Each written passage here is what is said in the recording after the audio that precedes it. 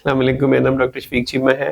आज मैं कंट्रोवर्शियल से टॉपिक पे वीडियो बना रहा हूँ कि जो सप्लीमेंट्स हैं वो क्रिएटिनिन कम कर सकते हैं कि नहीं। मजीद वीडियोस और अपडेट्स के लिए हमारा यूट्यूब चैनल सब्सक्राइब, लाइक और शेयर करें।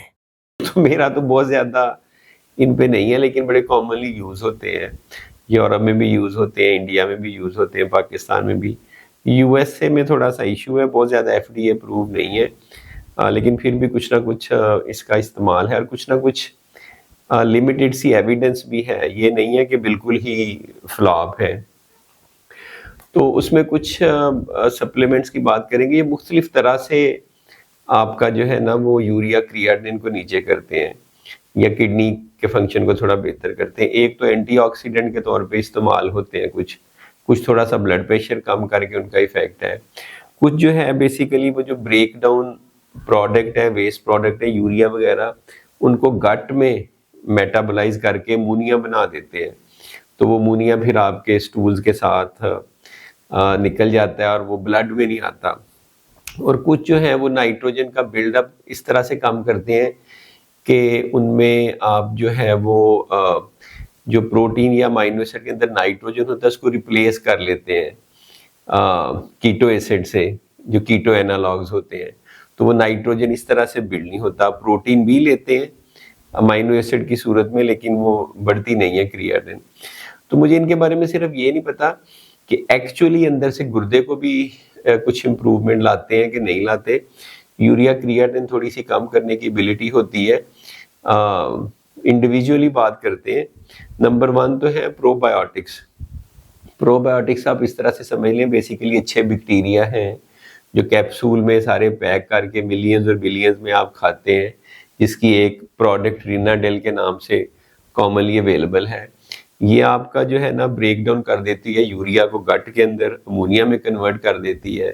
अमोनिया आपका वहीं से निकल जाता है, ब्लड में यूरिया नहीं आता। जब ब्लड में यूरिया नहीं आता तो यूरिया नाइट्रोजन ब्लड में कम हो जाता है। तो लगता है ऐसे है कि जैसे आपके किडनी की हेल्थ थोड़ी सी बेहतर हुई है, क्योंकि आपका यूरिया कम हुआ, क्रिएटिनिन भी थोड़ी सी कम हो जाती है। तो बेसिकली गट डिराइव्ड एक तरह से आपका जैसे डायलिसिस हो जाता है या टॉक्सिन रिमूवल हो जाता है। तो कुछ लोग इस्तेमाल करते हैं। इसके बारे में जो स्टडी है, डाटा है, वो थोड़ा लिमिटेड है, लेकिन कुछ लोगों को इसका बेनिफिट हो सकता है। मैं पर्सनली बहुत ज़्यादा इस्तेमाल नहीं करता, लेकिन ये पूरी एक कंपनी है जो ये सप्लीमेंट बनाती है और पूरी दुनिया में ये फ़रोख्त होते हैं। दूसरे जो इससे भी ज़्यादा पॉपुलर हैं वो keto analogues of essential amino acid है, जैसे कीटो स्टेरल है, कीटो अल्फा है। इस तरह बहुत सारे ब्रांड्स इसके आते हैं, नेफ्रामिन भी है। अब ये क्या करते हैं कि इसमें से nitrogen free version of essential amino acid आप नाइट्रोजन निकाल लेते हैं और उसको रिप्लेस कर लेते हैं। इसीलिए इनको कीटो एनालॉग्स कहते हैं of essential amino acid. Essential amino acid वो जो आपके जिस्म के लिए ज़रूरी है। तो मरीज़ को आप कहते हैं कि आपने प्रोटीन बहुत कम खानी है, प्रोटीन की कमी ना हो जाए, हम आपको कीटो एनालॉग्स देंगे, लेकिन इनके अंदर नाइट्रोजन नहीं है। आम जो अगर गोश्त, चिकन, दाल कुछ भी खाएंगे, उनके जो break down product molecule amino acid, उनके अंदर नाइट्रोजन होगा। इसके अंदर चूंकि नाइट्रोजन नहीं है तो आपका यूरिया नाइट्रोजन या ब्लड यूरिया नाइट्रोजन या बन या क्रिएटिनिन उतनी नहीं बढ़ेगी। तो आपको प्रोटीन वेस्टिंग भी नहीं होगी और आप एसेंशियल अमीनो एसिड भी लेते रहेंगे। ऑब्वियसली आप गोश्त, चिकन, दालें एंजॉय नहीं कर सकेंगे, वो आप कम से कम लेंगे। तो इसके साथ एक तो बड़ी इस पे जो इशू है वो ये है कि प्रोटीन एनर्जी मेल न्यूट्रिशन हो सकती है। फिर बहुत ज़्यादा अगर इसको सही अमाउंट में लें तो कोई 16 से 20 कैप्सूल आपको ये खाने पड़ सकते हैं। तीसरा इसका ये कि कॉस्ट एक बर्डन हो सकता है। चौथा ये कि इतने खाने के बावजूद भी इसके बारे में डाटा स्टडीज़ लिमिटेड है कि ये आपकी किडनी को भी कुछ करते हैं कि नहीं करते। क्योंकि जो लोग इसकी फेवर में वो ये क्लेम करते हैं कि चूंकि किडनी पे यूरिया नाइट्रोजन का लोड कम पड़ता है टू एक्सक्रीट, तो किडनी की हेल्थ भी थोड़ी बेहतर होती है।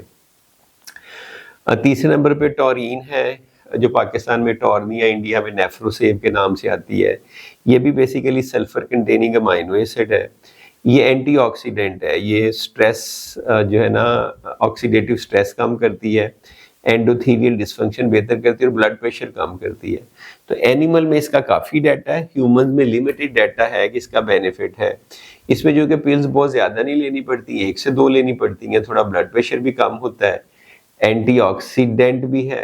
तो इसका बेनिफिशियल रोल हो सकता है। मैंने पेशेंट्स में पर्सनल एक्सपीरियंस में कुछ पेशेंट में देखा है कि जब उन्होंने लिया है तो उनकी विदाउट एनी अदर चेंज उनकी क्रिएटिनिन थोड़ी सी कम हुई है, और जो सिर्फ चेंज हुई थी इन बिटवीन वो सिर्फ ये एक सप्लीमेंट ही ऐड हुआ था।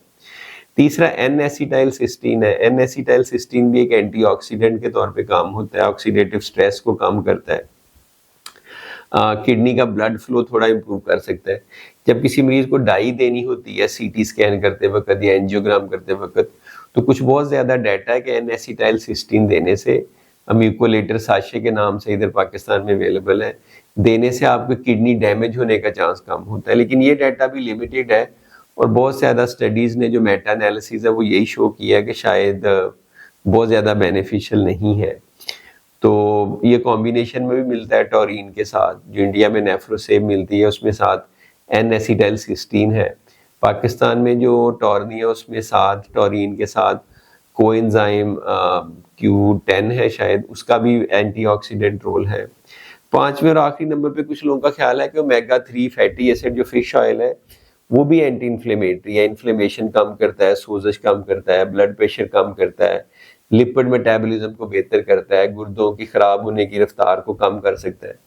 कुछ बीमारियों में तो इसका रोल है, जैसे IgA नेफ्रोपैथिक डिजीज है, उसमें तो स्पेसिफिकली स्टडीज है, रोल है। लेकिन जो सिंपल डायबिटिक किडनी डिजीज है या ब्लड प्रेशर की वजह से, उसमें कितना रोल है बताना मुश्किल है।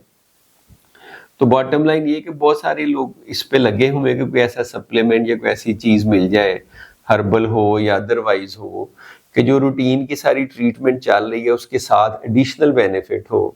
तो अगर तो आप इस तरह से इस्तेमाल करते हैं कि कोई एडिशनल बेनिफिट लेने के लिए, तो जितने ये सप्लीमेंट इनका कोई खास नुकसान नहीं है, सिवाय आपकी जेब के ऊपर जो बोझ बढ़ता है। लेकिन ये नहीं होना चाहिए कि आप ये ले रहे हैं और ACE inhibitor, ARB, SGLT2 receptor, finerenone, इस तरह की जो एसेंशियल दवाइयाँ वो नहीं ले रहे। आपका ब्लड प्रेशर कंट्रोल नहीं है, शुगर कंट्रोल नहीं है, और अब ये कीटो स्टेरल खाई जा रहे हैं। ये नहीं होना चाहिए। तो मेरी बॉटम लाइन इसमें यह है कि आप डिजीज को optimally according to guideline with medicine treat करें, ब्लड प्रेशर कंट्रोल करें, HbA1c नीचे लाएं, प्रोटीन यूरिया कम करें। एडिशनल को थोड़ा बहुत बेनिफिट अगर इनसे इंडिविजुअलाइज करें, कुछ पेशेंट्स में हो सकता है, कुछ में नहीं हो सकता, तो आप इसको कंसिडर कर सकते हैं अगर कॉस्ट इशू नहीं है, मरीज को दवाई लेने में कोई इशू नहीं है। लेकिन हमारी जो मेजॉरिटी नेफ्रोलॉजी कम्युनिटी या फिजिशियन है और यूरोलॉजिस्ट है वो इस पे फोकस हो गए। वो किडनी डिजीज बाद में डायग्नोज होती है, कीटोस्टेरल पहले लिख देते हैं, हालांकि उनको ये नहीं पता कि पहले ब्लड प्रेशर कंट्रोल करना है, प्रोटीन यूरिया कम करना है, एस देने या ARB देना है या और दवाइयाँ देनी, जिसका इनसे हजारों गुना ज्यादा फायदा हो सकता है। तो 100 टाइम ज्यादा बेनिफिट वाली दवाई छोड़ के ये देना गलत है। वो दवाई इस्तेमाल करते हुए इससे कुछ एडिशनल फायदा लेना तक शायद बात ठीक है। तो ये मुझे था कि सारे सप्लीमेंट्स पे एक वीडियो बना दूं ताकि आप जो है वो थोड़ा सा आपको अंदाजा हो जाए कि इसके पीछे लॉजिक वगैरह क्या है। Thank you.